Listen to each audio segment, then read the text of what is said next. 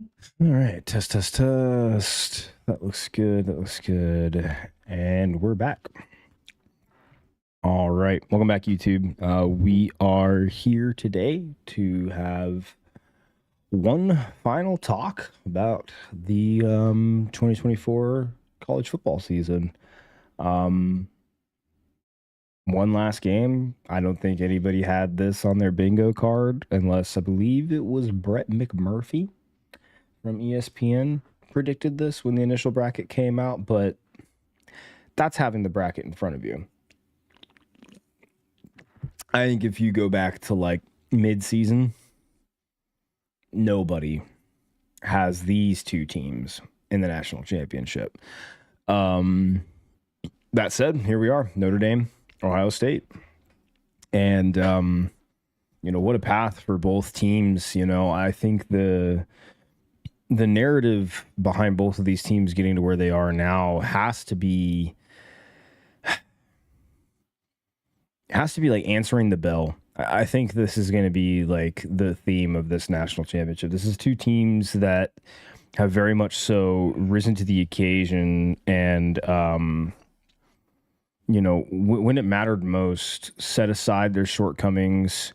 I don't know about set aside, like rose above them, right? Like learned from their mistakes made and have come out the other end stronger, right?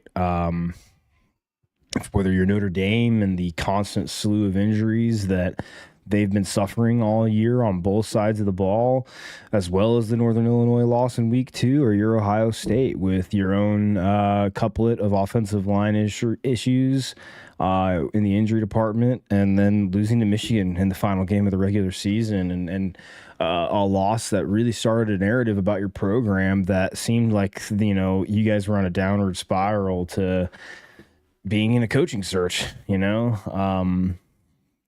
all that said, this is, if you're a fan of either team, this is exactly where you hoped that this story ended, right? Like, I think Ohio State fans could say with, relative certainty that this was in them all year. And the Notre Dame fans probably, I would say rational Notre Dame fans would probably say that this was their ceiling if everything went right. Yeah, I think that's an appropriate way to say that, right? Like I don't want to be too disparaging of Notre Dame and the perceived gap between them and the rest of the elites of college football, because I mean, quite frankly, they're in the damn title game, whether you want to sit here and argue that they have had consistent success year over year. Do I think past versions or iterations of Notre Dame make it through a playoff format like this in the way that this team has? Objectively, no. But also, I wouldn't have thought that this team had it in them either. Notre Dame has been largely heralded as a team that finds a way to get to the dance and then gets absolutely and promptly ushered out with a thorough beatdown by their opponent, usually someone from the SEC, right? And this time, not so. They get served up Indiana, an Indiana team that, look, for better or for worse, that's a good football team. You can think what you think. You can have your opinions. Indiana's only 2 losses in the entire year to the 2 teams playing for the national championship. I don't know what more you need to see, and clearly Twitter and everybody else, like what they want to see, or what they're going to say they want to see is like, well, who have they beaten? And it's like they beat everybody else on their schedule other than the 2 teams playing in the fucking national championship. So again, my question is if I put your schedule in front of you, and you are theoretically football team, doesn't take a fucking sticker off the helmet. You nameless, faceless football team. It's just you. You are a football team. I put your schedule in front of you, and then I do this, and I tell you, at the end of the year, you will be 11-2, and your only 2 losses will be to the teams that played in the national championship. And then you look down at your schedule and you realize it's blank names. I've handed you a blank slate, right? And you're like, but who are the two teams? It's like, is that what I told you to care about? I handed you a 13-game schedule, and I told you that your only two losses on that entire 13-game schedule were to the two teams that eventually would play for the national championship. And you sit there and you go, okay. You'd be like, now, are you a good football team?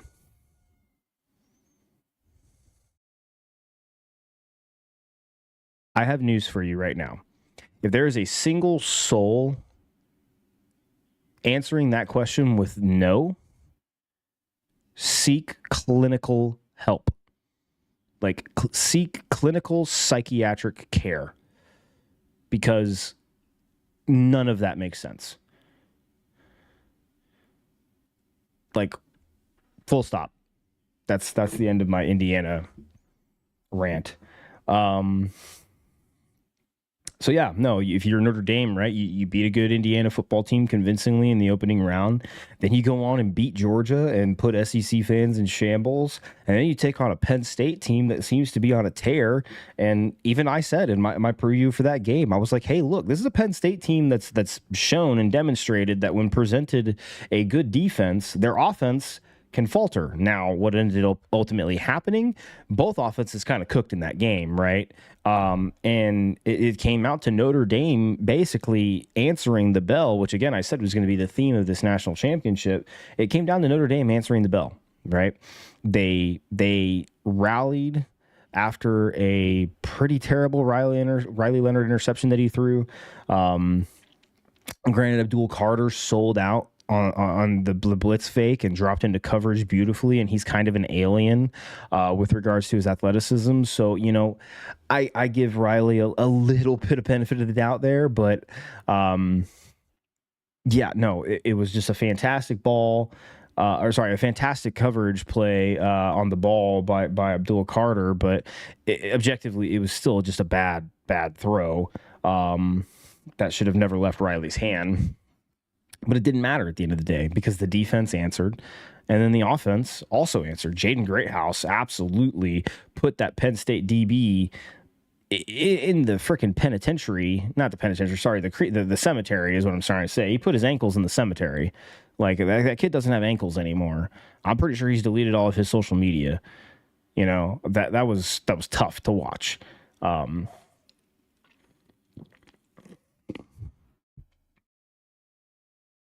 Oh, sorry, I'm thirsty. And here you are, playing for a national title as a team that everybody is, you know, labeled in years past as being a team incapable of doing what you've done. And here you are doing it. And you have one more chance to prove everybody wrong. And quite frankly, even if you go and lose this game, even if you get blown out by Ohio State, dude, let me be the first person to say it. Anybody that attempts to hate on Notre Dame if they get blown out by Ohio State, you are some of the most revisionist pricks that mankind can concoct.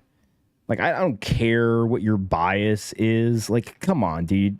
Be a fucking adult.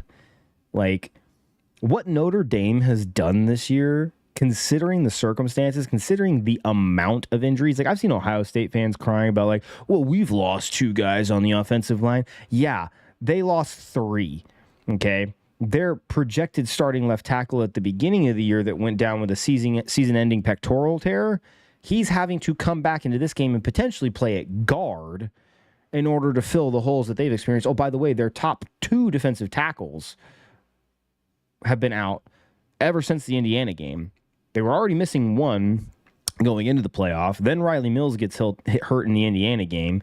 So there's your two top defensive tackles. You're missing up to, at one point, three offensive linemen. You're missing your number one corner. Like, sorry, the two aren't comparable. So let's kind of flip this now. We talked a lot about Notre Dame and how they got here. Let's talk about Ohio State, right? So, like, let's make the starting points for the two teams similar, right? We talked about the Northern Illinois game being like kind of the hinge point for Notre Dame. Let's talk about the Michigan loss being the hinge point for Ohio State. I myself kind of just sat back with bated breath after that game, wondering, maybe not as aloud as other people, but still wondering all the same, like, man, like, is Ryan Day just like cooked here? Like, is this it? You know, it seems like, you know, Buckeye fans are going to run him out of Columbus with, you know, torches and pitchforks. And even if they are able to salvage, you know, a win or two in the postseason, is that going to be enough? And I think people significantly underestimated not just Ryan Day, but like the resolve of this football team. These are a bunch of super seniors that came back with the intent to do what they are doing right now. They didn't come back this year to lose to Michigan and let everything fall off the rails and end their career as Buckeyes without any sort of meaningful victory, right? So we are very much so on like the Ohio State revenge tour through this playoff. And aside from Texas, it's like nobody's really been able to answer the bell. You know, Oregon fans will say that, oh, well, we held them to one score in the second half. And it's like, yeah, because they literally had to like leave the car in neutral and fucking push it down a hill that had like a 1 degree gradient just to beat you in the second half, because they left you lifeless and listless going into halftime.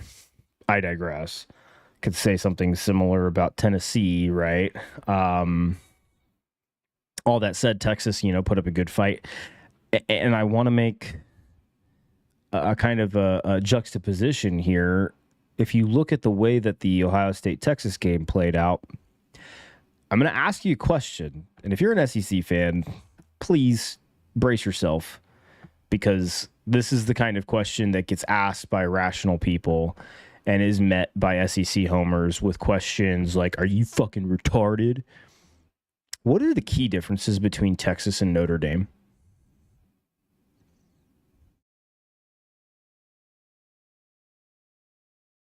I can think of a couple.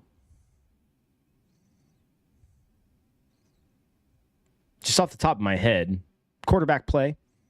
Okay. Quinn Ewers can push the ball downfield. He lacks short yardage zip. Like, the screen game is beautiful. The Sark offensive play calling is going to enable a good screen passing game. That's fine, which is technically short yardage. What I'm talking about is red zone scoring, when you have to push the ball or feed the ball into tight windows and really just have that motherfucker on a rope, right? We have seen Quinn struggle with that throughout his entire career. Don't believe me? Go rewatch the Sugar Bowl last year. Why the fuck was that ball on the last play of the game floated up to his ancestors instead of being zipped into the corner of the end zone? Sure, he had pressure in his face, but bro, you gotta give him more effort than that, especially with considering what's on the line on that situation.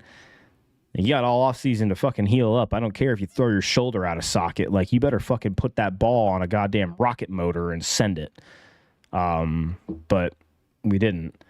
So, okay, we have a quarterback that is a infinitely better passer of the football in Quinn Ewers over Riley Leonard. But is it that massive of a gap? Because the reason I ask this question is, like, you go back and watch Notre Dame, like actually watch the games before you come at me with an opinion on this. Riley Leonard lacks the consistency as a passer that would make someone like me say, that's a dude with a future in the league, right? Now, I'm here to tell you right now, an NFL front office is going to take a chance on this young man when he does finally come out for the draft, because he's a big kid. He's a good athlete, right? He's not the most impressive specimen, but he's just got size and intangibles that you kind of want, right? Like, he's a baller. he's just a good football player. But I go back and I watch Notre Dame tape. He has this clutch gene. And what I mean by that is, like, how about this? Anybody that's a Notre Dame fan that watches this video, maybe you're in the chat right now. I don't know, but I'm gonna say something, and then like I want somebody to tell me if it's true or not. Because again, I've gone back and I've watched some Notre Dame games, and my assessment of Notre Dame is this: if Notre Dame played first and second down the same way consistently that they play third and longs in critical situations, like critical game situations, Notre Dame would be the best team in the country. Like, hands down. Like, we would be talking about this team, this game in inverse. Because you look at Notre Dame all year, their offense has not been the most explosive thing, but they putt around, and then out of nowhere there's an explosive play in the run game with Jeremiah Love, or they're in a 3rd and 8 or 3rd and 9, 3rd and 7 in that range, and all of a sudden Riley Leonard rockets a ball to Faison and picks up 12 yards, right? And you're just like, well, shit. Like, good on you for doing that just then, but like, why did we settle for a 1 and 2 yard gain on first and second down if this is in us? Because let's be clear, Denbrock, the OC, he's the same guy that coached Jaden Daniels to a Heisman at LSU. So let's not pretend that there isn't somewhere in the playbook that you can generate an explosive downfield passing attack. I think what Notre Dame has been successful at is like regressing to, hey, we have an identity.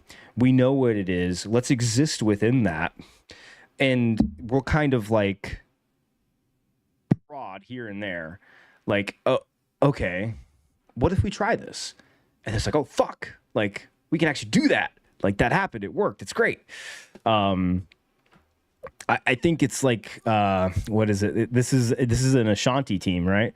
It's all about us. It's about trust. Like, you just gotta, you gotta trust this process. And I think that after the Northern Illinois loss, this team could have absolutely fallen into a very toxic environment in the locker room. And it's just sort of been this like, hey guys, like, let's acknowledge who and what we are. Let's put our brand of football on the field every week and let the fucking chips fall where they lie, right? And what it's actually turned into is just this team that's just kind of like, hey man, fuck it. Like, we're going to win this game. Like, we're going to find a way to win this game. And it's like, oh, our offensive line is beat up. Defense is going to ball out of control. Oh, we lose our top corner. All right, well, guess what? Backup, not really having a bad year. Actually, there's a stat about this game that I think is very interesting that's coming up here soon. But Riley Leonard and this Notre Dame team have a clutch gene that they tap into in critical moments of every football game. Because, again, Riley Leonard throws a terrible interception against Penn State. And I said in my gameplay preview that the turnover battle was likely going to decide this game. And I was kind of right. Notre Dame lost the turnover battle, but the problem is that Penn State made a critical turnover at the worst fucking possible time that they could have, whereas Riley Leonard's only turnover on the game came in a moment in the game where they could salvage, right? They could answer, because I think a lot of people's expectation was watching Penn State against Boise and SMU. And I said this too, that people were going to have some very unreal expectations of what that Penn State offense was going to be capable of because of what they had done against those two teams. And they were very much so undervaluing what Notre Dame's defense was not only capable of doing, but potentially capable of doing against Penn State. And what I said was they could make Penn State look as useless on offense as other great defenses that they played. Now, like I said earlier, the game didn't play out exactly like that. Penn State got theirs, but Notre Dame's defense ate when it needed to. They came up in critical moments and put themselves in a position where 27 points was all they needed to win that game, right? They didn't need to have an absolutely explosive offensive attack. They just needed to play with a short field the same way that they did against Georgia, right? Force turnovers, utilize short field opportunities, and get the ball at least as close to the end zone as we possibly can and give Mitch Jeter a good chance, right? And they had more success than that game plan, right? Like that was the floor, right? Like this is like, if we have to discover a way to win this game, you have to establish a floor. That's your floor, right? And then anything above that, like that's what we do to punch above and over excel past what our minimum expectations are to win a football game. So with that, I'm going to spend less time talking about what I think Ohio State needs to do to win this game, because if I'm being objective, like Ohio State really just needs to show up and play the way they've been playing the last 3 weeks, and they should win this game comfortably. And if you're a Notre Dame fan, I hope you can be rational enough to like hear that statement and be like, that's a good point. Like we have to come and play our best game, because there are things that Ohio State does that we can't do. There are things that Ohio State brings to the table that we can't stop entirely, right? But we don't need to, okay?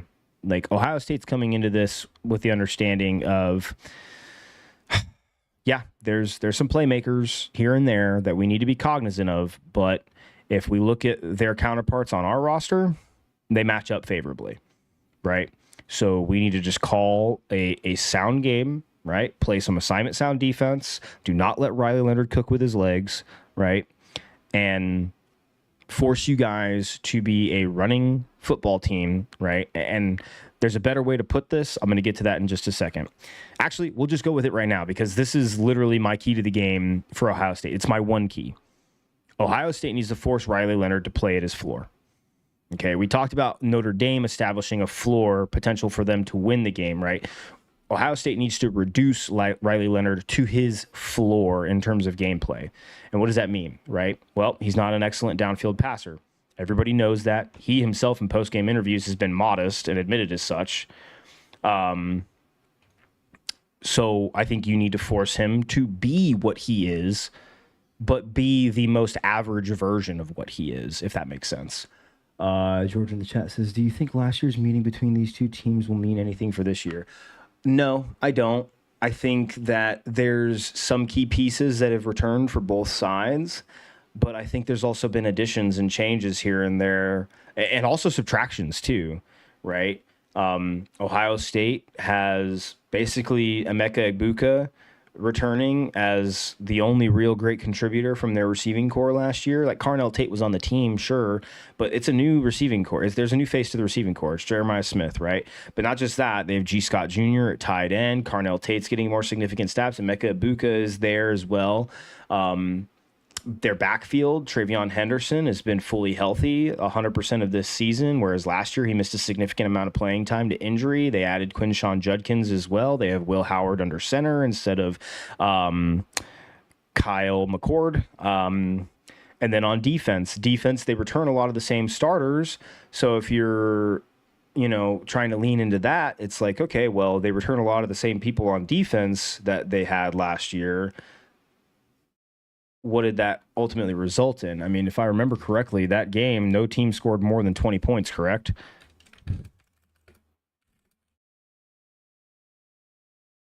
Let's check. Yep, 17-14, right? So if you're telling me that same defense limited us to 14 points last year, and we can argue that Sam Hartman was a better passer than Riley Leonard is and less of a runner, right? But we had to rely on Sam Hartman's legs to even put ourselves in that game late. Also, too, this is another critical aspect of Ohio State's defense that I think a lot of people I wouldn't say aren't aware of, but like the actual impact that Caleb Downs brings, like transferring from Alabama. I was listening to a podcast today, and I'm glad that I waited until after I listened to that podcast to record my own video, because this is so eloquently put. Caleb Downs is the 12th man on defense. Caleb Downs is a safety that can play middle linebacker at an elite level. He's also a middle linebacker that can play safety at an elite level. Like, he's that versatile in not just the downfield coverage aspect of his responsibilities as a safety, but his ball hawk capabilities to drop into the second level and have excellent vision for the point of attack and assisting, like plugging run gaps.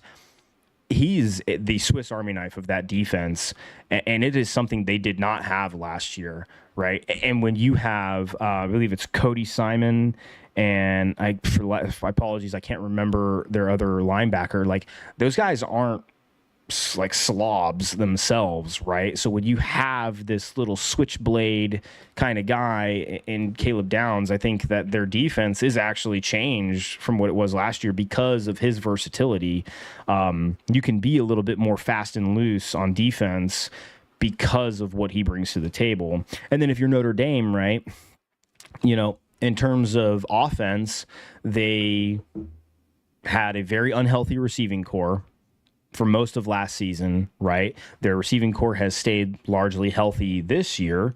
But again, like, where's been the consistent passing game to tell me that that matters all that much? I mean, it's not insignificant, but I don't think it has been significant enough for me to say that it plays a major difference in this game.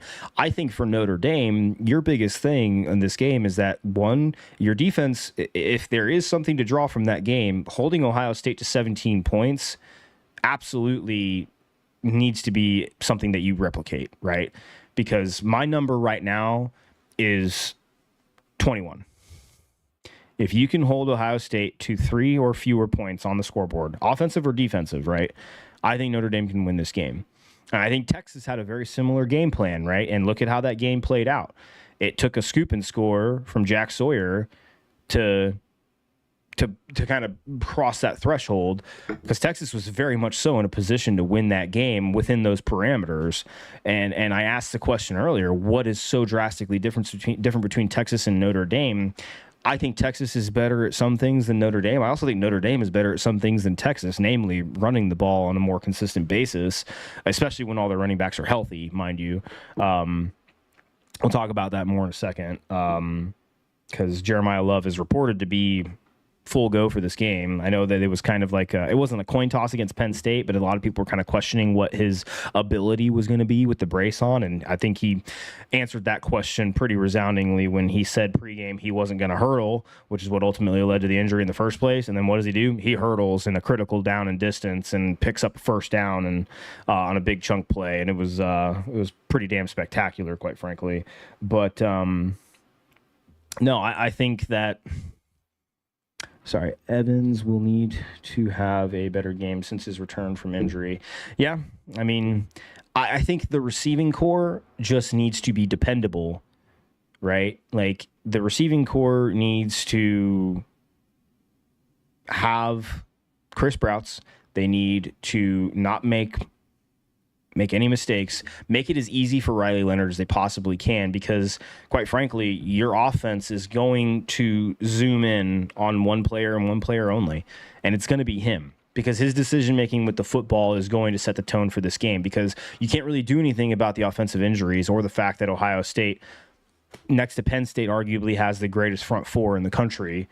Right, you got Tyleik Williams, Jack Sawyer, JT Tuimoloau, their other defensive tackle whose name I can't remember. Right, like same thing with Denai Dennis Sutton, Abdul Carter at Penn State, and we saw them causing problems for Notre Dame's offensive line in the game last week.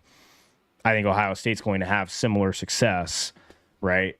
Especially with Rocco Spindler. His status being in question right now, and we talked about Jag. You saw earlier, who was the projected starting left tackle before? Is it Mann? Oh no! Why am I blanking on his name right now? Why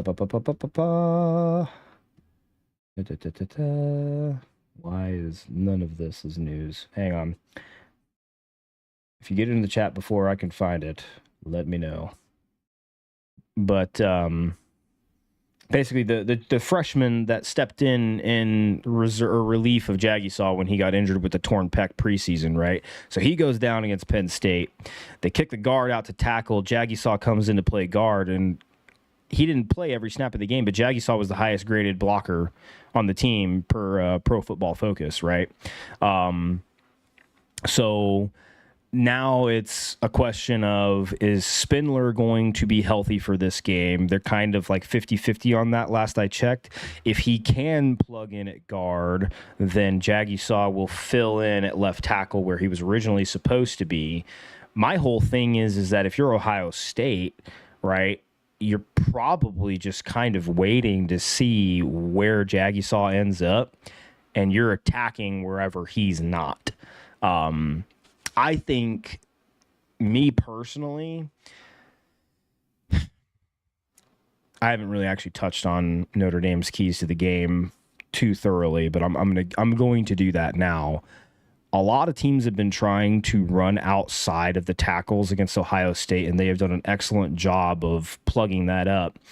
Notre Dame needs to run between the tackles here, because I think with Caleb Downs being able to crash down into the second level and plug running gaps, you don't want to make things too difficult for your injured offensive line and get them moving too much, right? Just they're still big boys, lean forward, and you guys have a three-headed monster at running back that's not the most explosive rushing attack in the country, but it's dependable.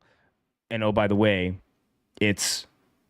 could technically be a fourth, because it's Jadarian Price, it's Jeremiah Love, it's Riley Leonard, and then you also have Williams, right, who's been more of like a third down back for them because he's more versatile in the passing game. So it's arguably a four-headed beast if you think about that. Time of possession, keep the ball out of Ohio State's offense's hands, push the ball down the field as efficiently as you can, run between the tackles. Me personally, I put Jagisaw on Tyleik Williams at defensive tackle. Wherever Williams is at, I need my best blocker on him, so that way he's not disrupting the interior, and I can get as much time possible to set up whatever run option that I'm setting up for Riley Leonard, right? Because I think a way to challenge an extremely talented and assignment sound defense like Ohio State is to give them multiple looks pre and post snap, right? That is going to have them questioning where the ball is actually going.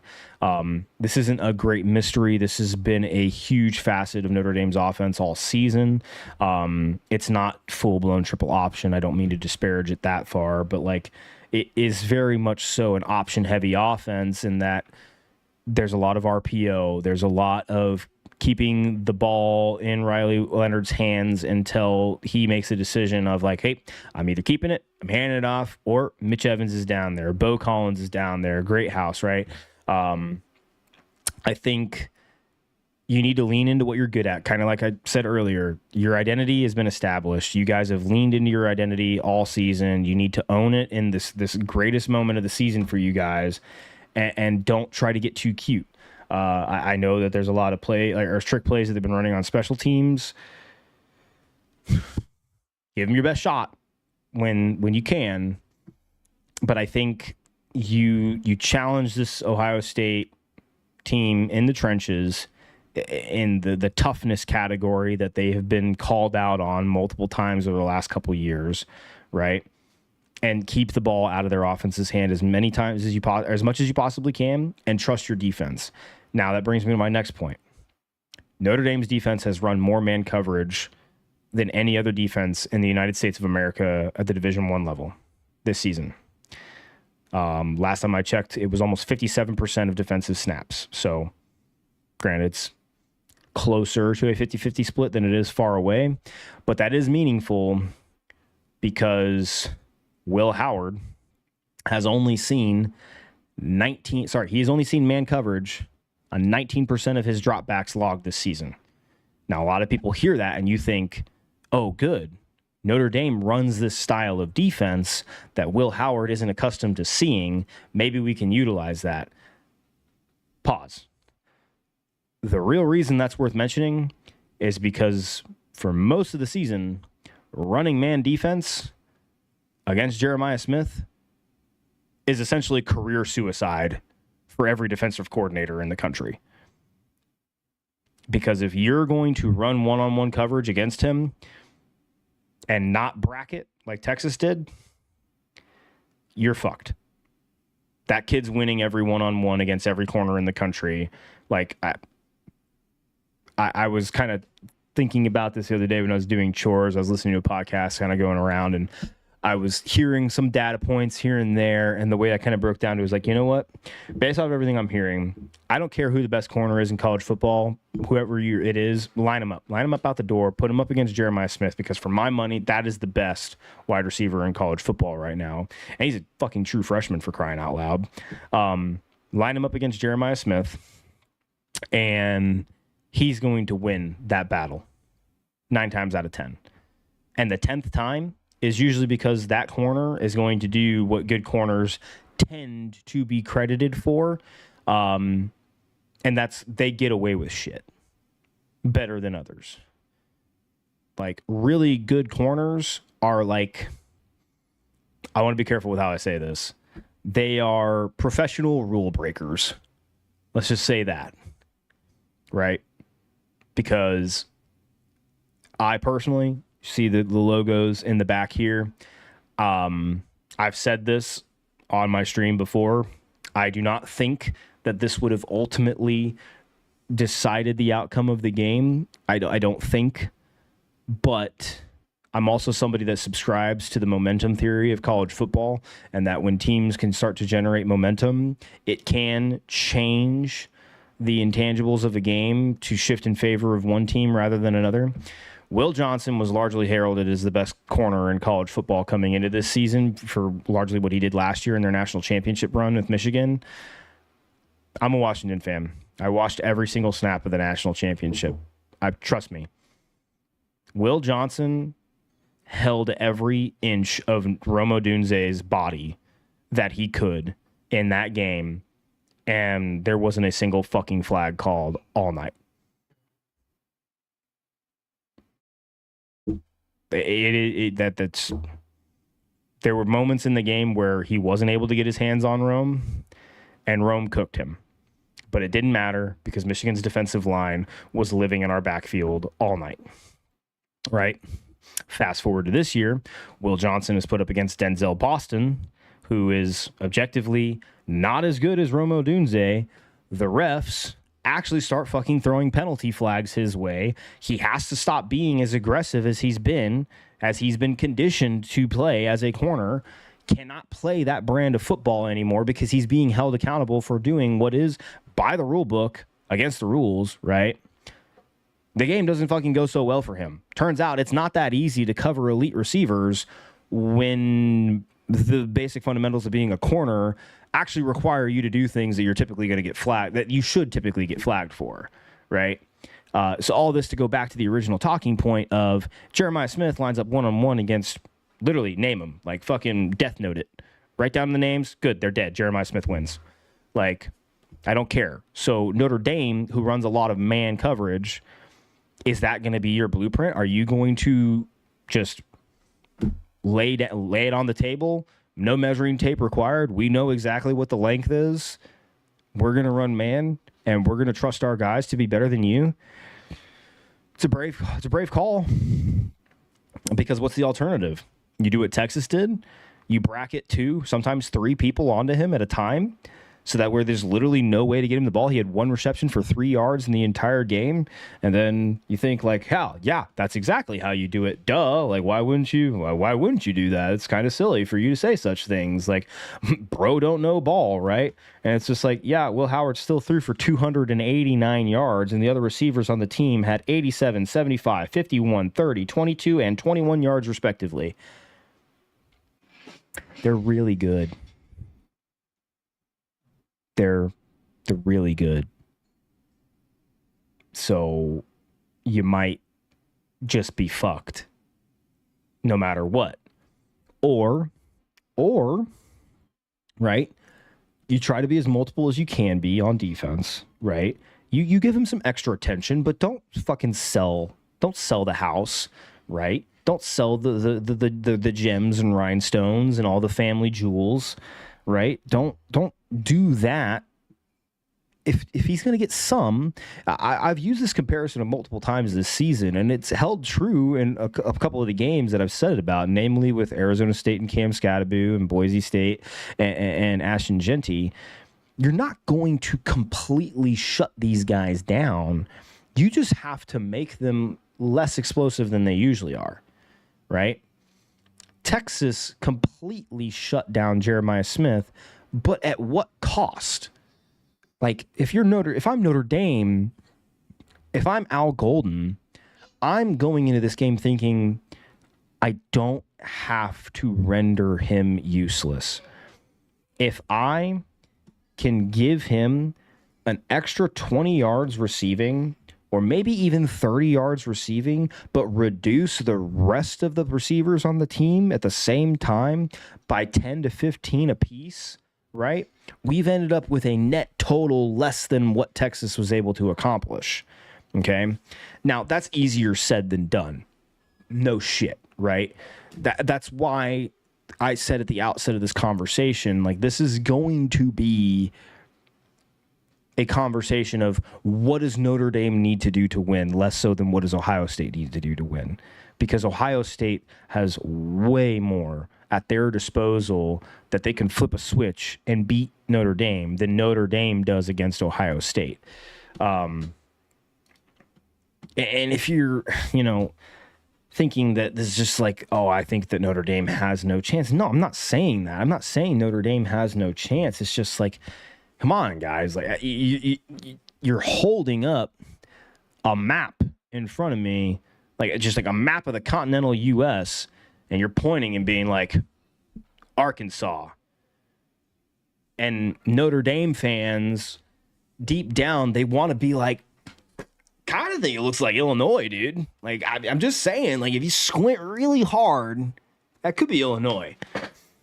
Like, that's kind of the comparison to what's going on. Like, you look at this game, it's like Ohio State should probably win this game and win it comfortably. Now you have to squint your eyes and kind of pick through the weeds and be like, okay, but like, what could Notre Dame do to make that less obvious, right? I said the same thing about their game against Texas. And Texas was able to have some success here and there. But I would also caution you to try and like compare them too closely, because yes, Texas had it at a one possession game late in the fourth quarter. Their defense showed up for a large portion of that game. But what was Texas also doing? Texas was battling from behind, and they have the golden go kill button where Quinn Ewers just sends a loft ball past his ancestors and hopes that Golden's down the field to catch it, right? Ended up being Jaden Blue, and was it Gunnar Helm? I'm clueless. No, Jaden Blue caught both touchdowns. Why do I remember it not being Jaden Blue on the first one? I remember the second Jaden Blue touchdown. It was corner of the end zone, the broadcast right there, left side. Why do I remember it being someone else?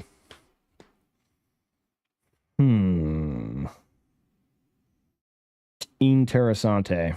Anyway, that's for me and my eventual lobotomist to discuss.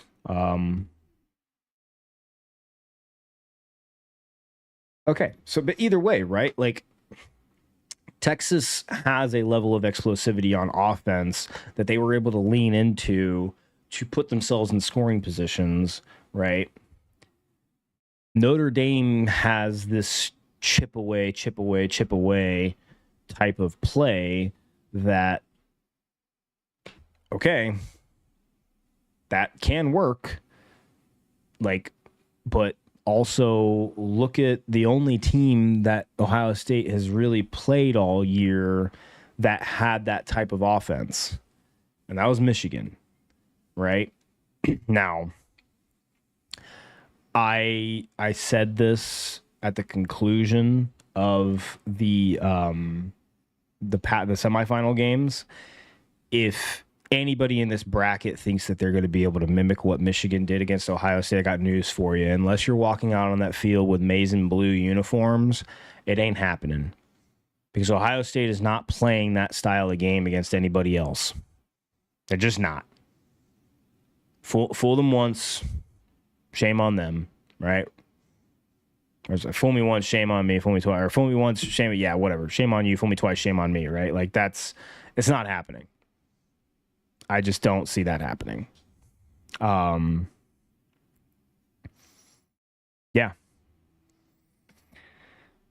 I like Notre Dame to cover the spread here at -8. I mean, that is as easy as just saying that Ohio State wins by a touchdown or a field goal, right? But I'm going to trust Notre Dame's defense to either A, completely replicate what Texas did.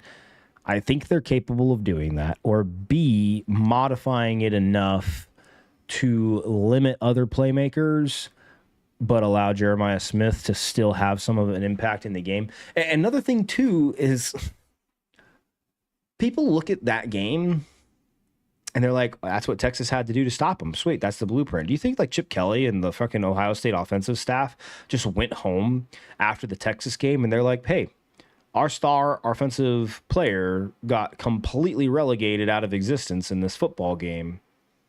We need to just let that happen again and go win a national championship. No, they're going to go back to the drawing board and they're going to try and scheme up ways to get defenses out of alignment so that even when they think they're putting enough attention on him, he's going to find a way to eat. Whether that means getting the ball to him in space and maybe not trying to trigger too many deep routes. I don't know. But again, like there's my favorite way to talk about this type of conversation is going into the Sugar Bowl last year. Obviously, I had a lot of conversations with Texas fans who could not even conceive the possibility of them losing to a team like Washington, right? And what I heard when you pointed out that Texas literally lost in the Alamo Bowl to Washington the season prior, they'd be like, Texas got better. Duh. And it's like, so you think Washington just spent the entire offseason blowing each other and playing fucking footsies? Like, it's the same argument here. Everybody's like, Texas showed us how to shut down Jeremiah Smith. Duh. And it's like, yeah, and you think Ohio State didn't go and learn from that? Like, you think they just walked away from that game and they were like, well, they figured it out, guys. Guess we just never throw Jeremiah Smith the football again since teams know how to stop him. Shut the fuck up. All right.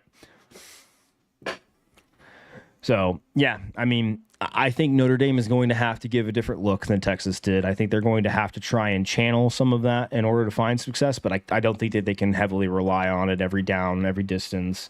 I think that their offense needs to retain its identity. They need to try and establish the run game at all costs. They need to let Denbrock scheme the way that he schemes in a way that opens up third and manageable passing plays for Riley Leonard. And then I'll say this, be unexpected a couple of times. Try and catch them slipping. Now, I'm just saying, we talked about trick plays earlier. We've been doing zone read how many times this year? When was the last time a defense saw Riley Leonard run full speed at the left guard's asshole, then stop, hop up over the offensive line, and find Mitch Evans in the end zone or 15 yards downfield in open space? I'm just saying. We might see it. We also might see Will Howard run a lot this game. I've been kind of waiting for that all year. Most people would say if I haven't seen it by now, I'm probably not going to see it. My argument is like, what the fuck are you saving him for at this point? It's the last game of the year. You know he can do it. He did it for years at Kansas State. If you're looking for a wrinkle that you've kind of had in your back pocket this whole time that can challenge Notre Dame's defense, that's got to be it if you're Ohio State, right?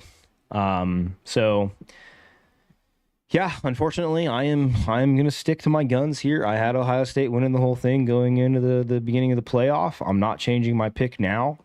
Notre Dame has done something that, quite frankly, not a lot of people thought them capable of. And again, like I said at the beginning of this whole discussion, if anybody watches, like if Notre Dame ends up getting blown out on Monday night and people want to say that they suck and that, oh, typical Notre Dame, here we go, dude, like go fucking get hugged, get absolutely adored, find love somewhere in this world because you clearly need it. Like the fact that Notre Dame is even in this game in and of itself is an outstanding achievement for this football team, and they should not be disparaged in any way, shape, or form for whatever the outcome is on Monday. You know, and like my official pick is that I'm picking Ohio State to win, and I'm picking Notre Dame to cover. I do not think this is going to be a blowout. I don't want it to be a blowout. I think that these are going to be two very, very good defenses crashing in to each other, not on the field, right? But their impacts on the field are going to weigh heavily on the other's performance. Which defense is going to be able to play consistently for 60 minutes, answer the bell, which I said is the theme for this game, and come out the other side victorious. So I hope you guys enjoyed that. I kind of abbreviated that a little bit because I need to go get some food going for us. And I also have duty tonight, unfortunately. So I will not be home. Oh, where is this coming from? I won't be home tonight, but I will be home tomorrow, potentially. I have a buddy that's in town for a refresher, and we talked about maybe going to get a beer. We'll see. We'll see. Until next time, y'all take it easy. I will be here after the national championship. Actually, I might be streaming during the national championship game, quite frankly. But y'all take it easy. Hey, buddy. You want to say bye? Bye. Here. Oh, go ahead. Bye. All right, here. You see this? Move it over the orange button. Okay. Go ahead. Grab it. Over the orange button. Slide it down. Slide it down towards you. Pull it towards you. Watch. Now click right here. Oh, right there. Oh, click. Oh, hang on. Stop moving your hand. Click. And then we go.